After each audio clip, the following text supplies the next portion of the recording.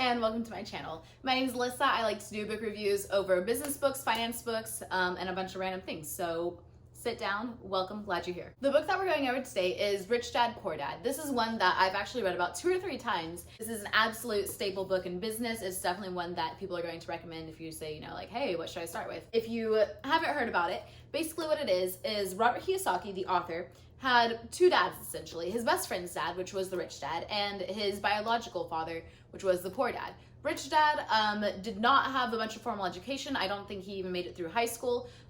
Poor dad had all of the education, became a professor, went to college, all the studies. He's taking us through what his rich dad taught him, what his poor dad taught him, and everything in between. So let's get started. One of the first things that I wrote down from the book was education is the foundation of the success, which is a quote directly from the book. And he doesn't mean formal education as in college. What he means is financial education and financial literacy, and educating yourself and going forward with that to put yourself forward ahead in life and everything. And he actually does talk a lot about how schools and old advice are just absolutely ludicrous at this point, because the world is changing so much around us. We need to have things in place to keep up, and not only that, but also to go ahead and read the things that are going on. Financial literacy is what he's talking about here. He also does talk about the philosophy with his rich dad and his poor dad, and you've probably heard the phrase, the love of money is the root of all evil. So that's what his poor dad believed. What his rich dad believed is the lack of money is the root of all evil.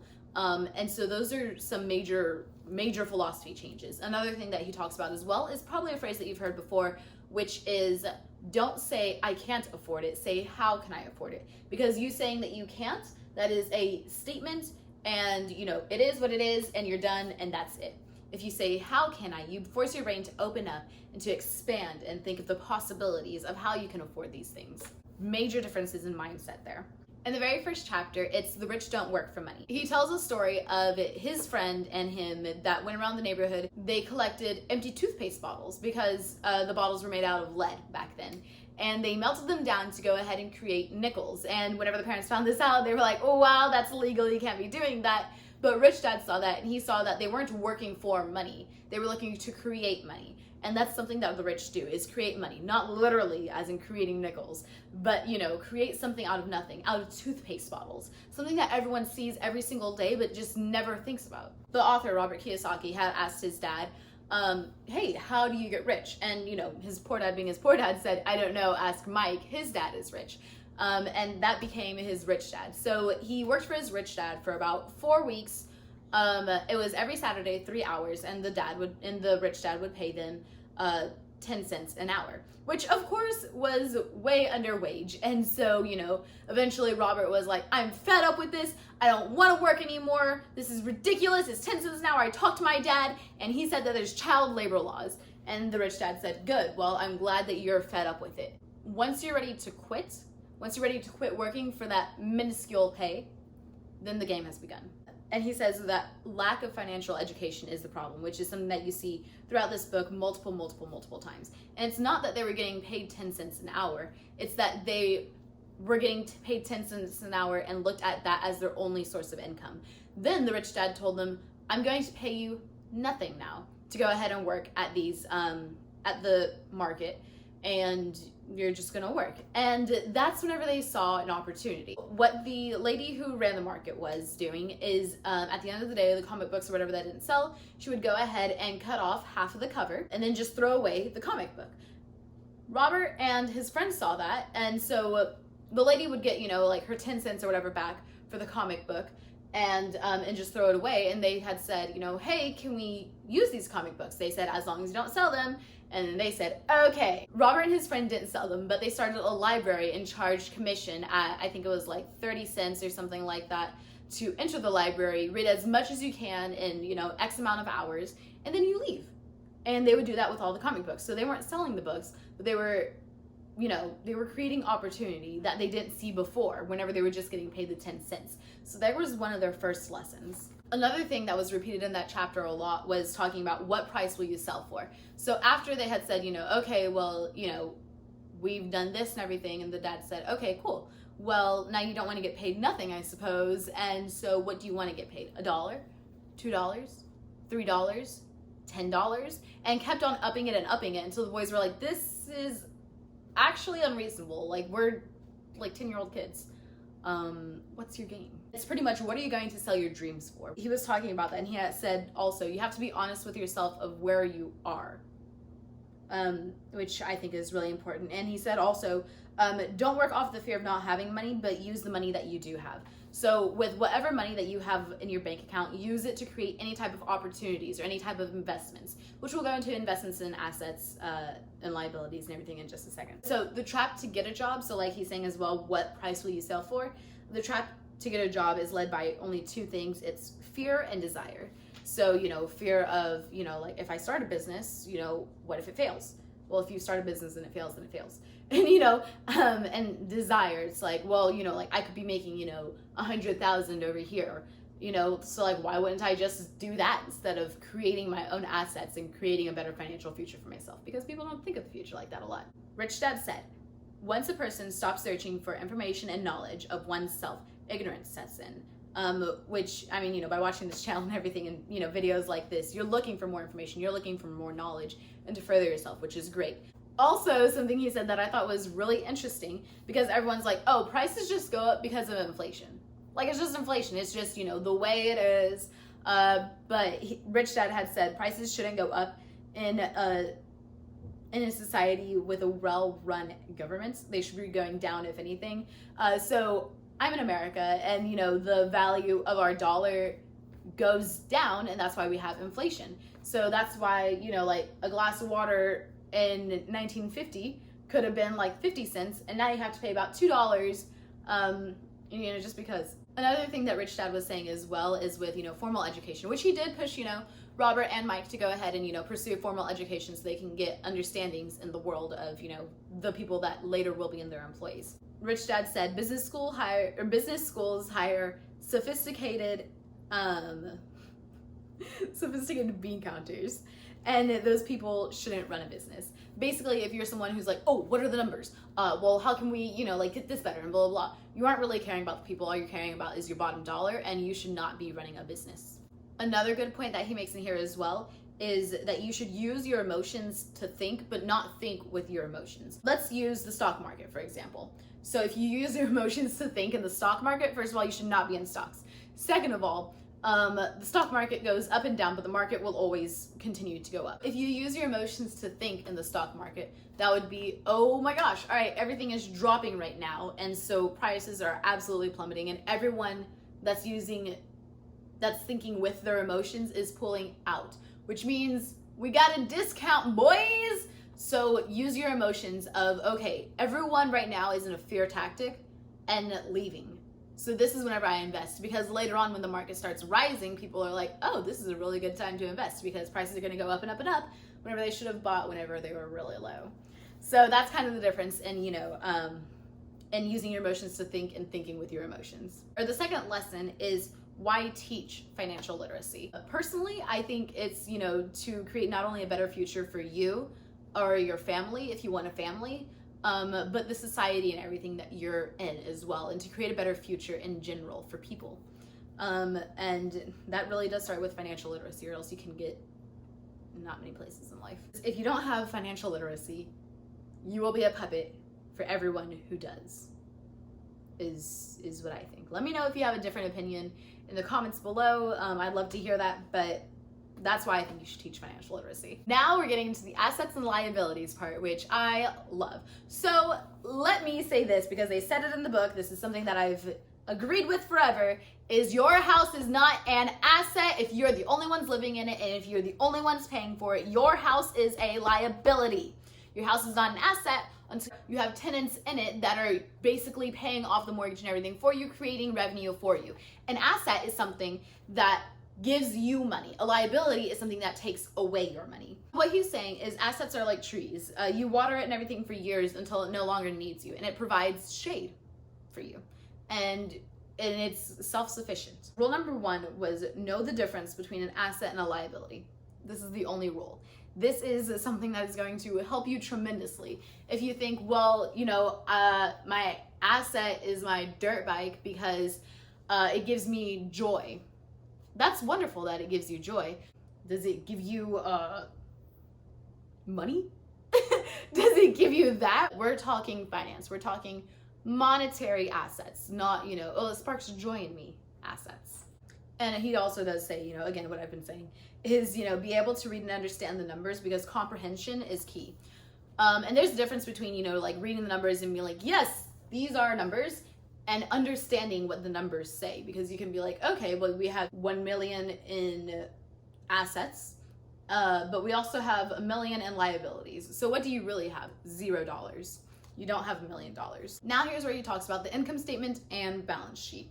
And both of these are very important things. I actually, I still have my textbooks for accounting because I really like just practicing through these things. But I'm sure there are like PDFs or something. If y'all can find a PDF, please let me know of just different accounting kind of statements and things like that, because I think those are genuinely fun. But he's saying that an income statement is basically a profit loss statement, and the balance sheet is the money in and out of the statement. So the balance sheet shows, what the income statement is really doing. So here we have the cash flow statement of an asset and a liability. So an asset is something that's going to directly bring you income. A liability is something that's going to go ahead and go into your expense category and shoot straight out. So he's saying here, the above is an income statement. It's called a profit and loss statement, measures income and expenses. So this part here is going to be your income statement. This part here would more be your balance sheet. And then another thing is financial aptitude. So that is basically what you do with the money once you have it. Do you put it into assets or do you put it into liabilities? These are two different things, two very important things. He was also saying that the Japanese were aware of 3 different powers. So we have the sword, the power of weapons, jewel, the power of money, and mirror, the power of self-knowledge. And the power of self-knowledge was the most powerful of all, because you can have all the jewels and everything in the world, but if you don't have self-knowledge, you're really going nowhere. So another secret, he said, is to mind your own business. And this doesn't mean mind your own business. This means to not confuse your profession with your industry or business. So someone who works at a bank, you ask what they do, and they're a bank teller. They're not a banker. If they say they are a banker, they are getting confused with their profession and business. The business that they are in is banking. Their profession is a teller. That's something that he's saying is very important. You want to mind your own business. You want to mind your own industry. Many people become what they study and end up minding business for someone else. So if you end up studying finance and you're like, wow, this is so great, and then you go do accounting for someone, that's great. But you are an accountant, you're not the bank owner. Robert Kiyosaki also to give us 7 assets that we should be acquiring. We start off with a business that doesn't require your presence, which I think is the most valuable, because if you can make residual income on the side, that is amazing. Definitely take that. Definitely build that. Stocks, bonds, mutual funds, income generating real estate, so like an apartment complex, notes or IOUs, so you can get interest, royalties on intellectual property, like a book. And then an 8th one is, he said, anything else that creates value, marks income, or appreciates, that has a ready market. So these things, I guess, technically could be, like if you like to collect cars and that the value of that car is going to go up as well, that's fine. If you just like to collect cars because you're like, I just like a lot of cars, that's a very different story. Those are liabilities. He did have a business which was selling Velcro wallets, but where he really, really, truly made his money was real estate, which is actually something that majority of billionaires and millionaires have made their money in, is real estate. He starts small and trades up for bigger properties, and he typically keeps his properties for no more than 7 years. He said this is to go ahead and delay paying taxes on the gain, and value increases dramatically as well. Another thing that he says is knowledge is power, and with money requires the right knowledge to go ahead and keep it and multiply it. Because if you look at lottery winners, they've won the lottery and then they're flat broke because they don't know how to multiply their money and keep it. And something that I want to say it was Jim Rohn said was something along the lines of, lest you become a millionaire before you become a millionaire. Which on the front end, you look at that and you say, what? Then you think about it, and what he's really saying is a millionaire mindset on how to grow and multiply your money. And then once you have the money, grow and multiply it, or else everything is going to be gone. A fool and his money shall soon part. And another thing that he said as well, with knowing, how to multiply your money and everything as well, is to know the law. Because it is expensive to not know the law and all its little loopholes and all its little tips and tricks for everybody who makes over X amount of dollars and then X amount of these dollars, where you pay yourself first. Robert Kiyosaki started off in the Marines. Then he went to go ahead and sell Xerox. And then he owned a company with real estate holdings. This is just kind of his story and building his financial IQ with it. And he was saying that there are 4 important things to build your financial IQ. The first one is accounting, so also known as financial literacy. You don't have to be an accountant, but to know your money, to know your numbers. The second would be investing, so AKA the science of making money. The third is understanding markets, AKA the science of supply and demand.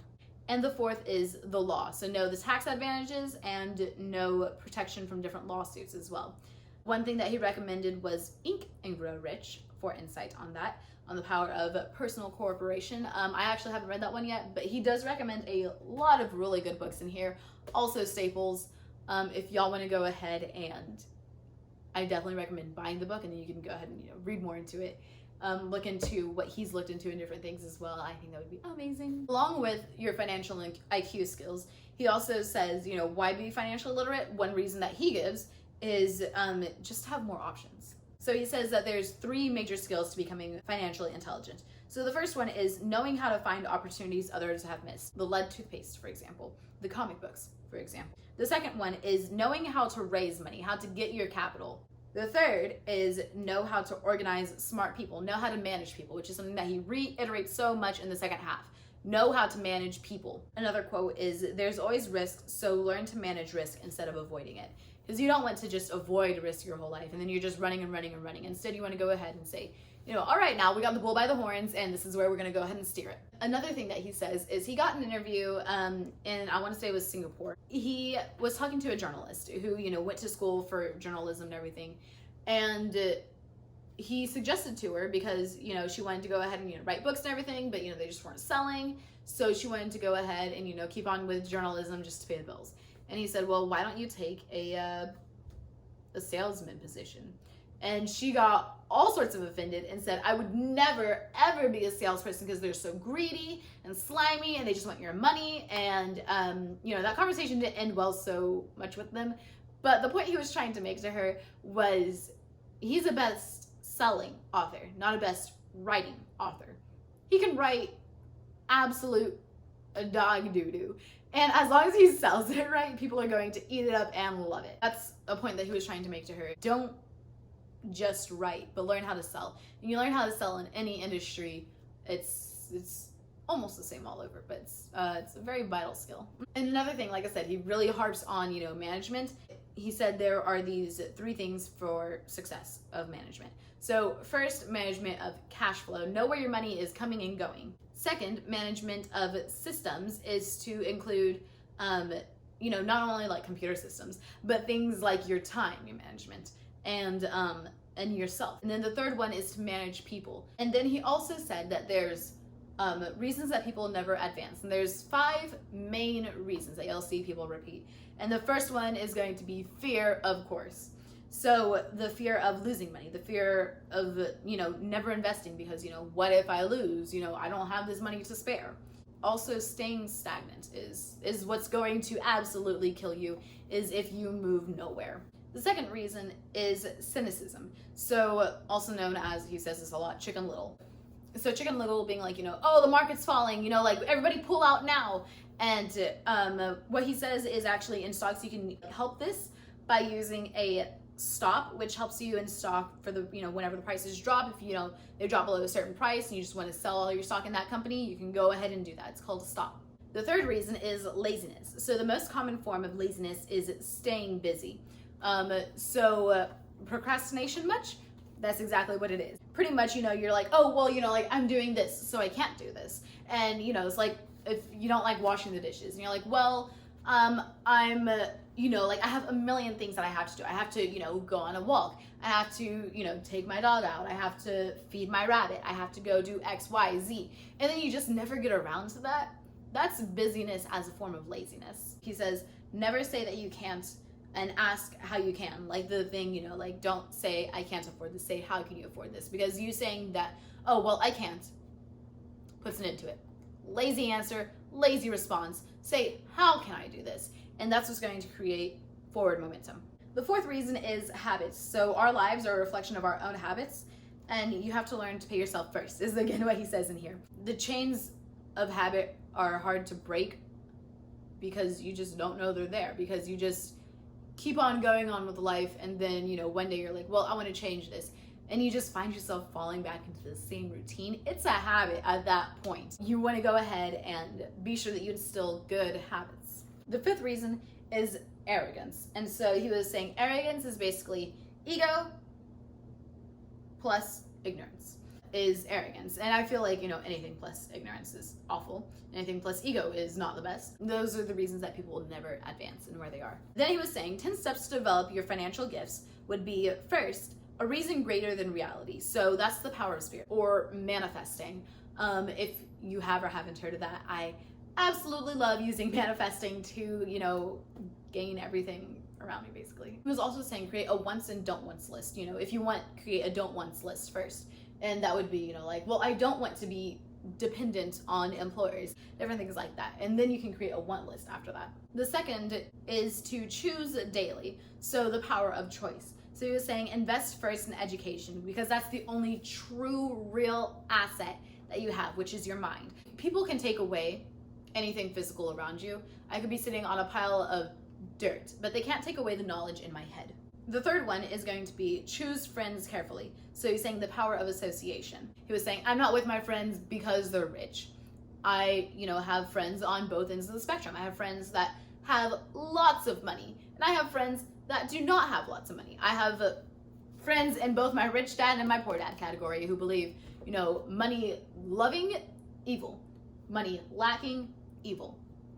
And seeing the differences. So with the poor, you can see what not to do. With the rich, you can see what to do. And power of association, you do what you find is best. The fourth one is master a formula, then learn a new one. So the power of learning quickly. So he's saying you become what you study, what we said earlier, and it's not what you know, but how fast you learn. You can get hired on for, X job, and if you don't know too much about study your ass off, because you will eventually learn the industry so well. You can learn it better than anyone. All you have to do is apply yourself. So it's about learning quickly, not just sticking with what you know and then continuing to do that. The fifth one is to pay yourself first. So the power of self-discipline. He said develop management skills. And don't get into large depths if possible. Pay yourself first. Again, the alchemist. If I haven't done a video on that, I will definitely do that soon. Paying yourself first is self-discipline and self-love in the highest. It's not only that, I'm not going to be paying everyone and then use what's left over. I'm going to pay me and then pay everyone. And they can whine and they can complain, and that's going to motivate me to go ahead and bring more in, because other people can whine and complain and say, you owe me this, or you should be doing this, or blah, blah, blah. Let that motivate you rather than, oh, well, I should probably pay them first. The sixth one is pay your broker well. So the power of good advice. And he says, take the opposite track that most people do and pay a professional to get it done right. Y'all have probably seen, signs of real estate where people are like, for sale by owner. If you just let a broker take care of it, it's going to be much less of a hassle. Headache, gone. It's worth it to pay the professionals because they're the ones who know what they're doing. Plain and simple. The seventh point is be an Indian giver, which, by the way, let me clear this up real quick. So the term Indian giver, if you don't know what that is, came from whenever the Native Americans had met the settlers, and, if the settlers were cold, the Native Americans were like, here, you can use my blanket or whatever. And then the settlers were like, oh, a gift? And it was not a gift. And so whenever the Indians would take it back, they're like, that's Indian giving. That's why it's coined Indian giving. And so what he says with this is basically the power of getting something for nothing. So look at return on interest or return on investment, different things like that. So what he was saying is basically whenever he puts money into a stock and he waits for that to go ahead and the interest and everything to be over what he's already put into the stock, then he'll pull his original money out. And so it's like he has all this stock for basically nothing. The 8th is going to be assets by luxuries, the power of focus. So he did give the story of his friend who, you know, his son was 16 and was like, Dad, I'm 16. I would like a car. And the dad said, well, that's great. Let me talk to my friend Robert here. And Robert was like, I mean, you can get him a car, but he would literally learn nothing other than, cool, your money buys me this car. Instead of doing that, what his friend did was it gave his son $3,000 to go ahead and learn. And he invested it into the stock market. And, you know, like, you win some, you lose some in the stock market. It seemed at the end that his friend's son wasn't even interested in a car anymore because he learned different ways that you can make money doing so many different things as well too, not just a job, not just I'm gonna work for, you know, like 8 months so I can go ahead and get enough money to go ahead and buy my own car. And that you learn nothing. You don't learn nothing, but you don't learn how to multiply your money. All you learn is how to collect money at go every time you're in Monopoly. Number 9 is the need for heroes. So he's saying the power of myth. Have someone in your field that you look up to, and whenever you go to do like a daunting task or anything, embrace them, embody them. Whenever he was younger and he loved doing baseball, it was not him stepping up to the plate, but it was Jackie Robinson or it was Babe Ruth or, you know, different baseball players like that. And, you know, he was them in that moment. He wasn't, you know, tiny little 10-year-old Robert Kiyosaki looking to try to play baseball. He was somebody else and would become, you know, you become greater from that because you not only think with your mind, but you think with the other person's mind of what would this person do? Like the whole, what would Jesus do? Number 10 is to teach and you shall receive. The power of giving. So this is basically like the Go-Giver, which I've done. If y'all haven't seen that book summary, I'll go ahead and link it above because it is an absolutely amazing book talking about the power of giving. And if you're like, doesn't sound like for me, that's fine. You're just probably not going to go as far. That has been my summary over Rich Dad, Poor Dad. If y'all enjoyed it, please let me know by giving me a thumbs up. If you want to see more as well, or, you know, are looking for a certain book that maybe I haven't covered yet or anything like that, leave it in the comments below. I will definitely be taking a look. I love reading books. And like I said, I will probably also be doing a staple book series. If y'all want to see that, let me know what you want to see in the comments below. I will definitely be more than happy to help y'all out. And I hope y'all have an absolutely amazing day, guys. And I look forward to seeing y'all in the next video. Bye.